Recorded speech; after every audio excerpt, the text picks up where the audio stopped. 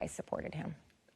And like I said, Donald Trump did win the caucuses. Yeah. He's looking like he's in a strong position. You've said you will support him if he's the nominee, but you've also said that you don't think he can win in 2024. So does that put Republicans in a difficult position? Well, listen, like I just said, this wasn't about President Trump. I supported him in 16. I wish he would have. I supported him in 20. I wish he would have won. I made my decision based on the situation that we have today.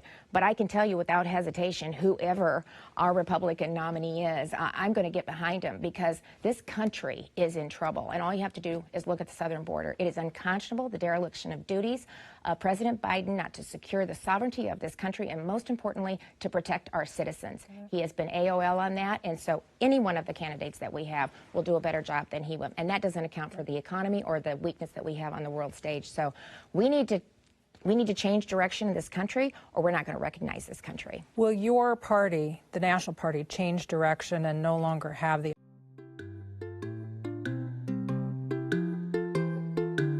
Get behind. Get behind. Get behind.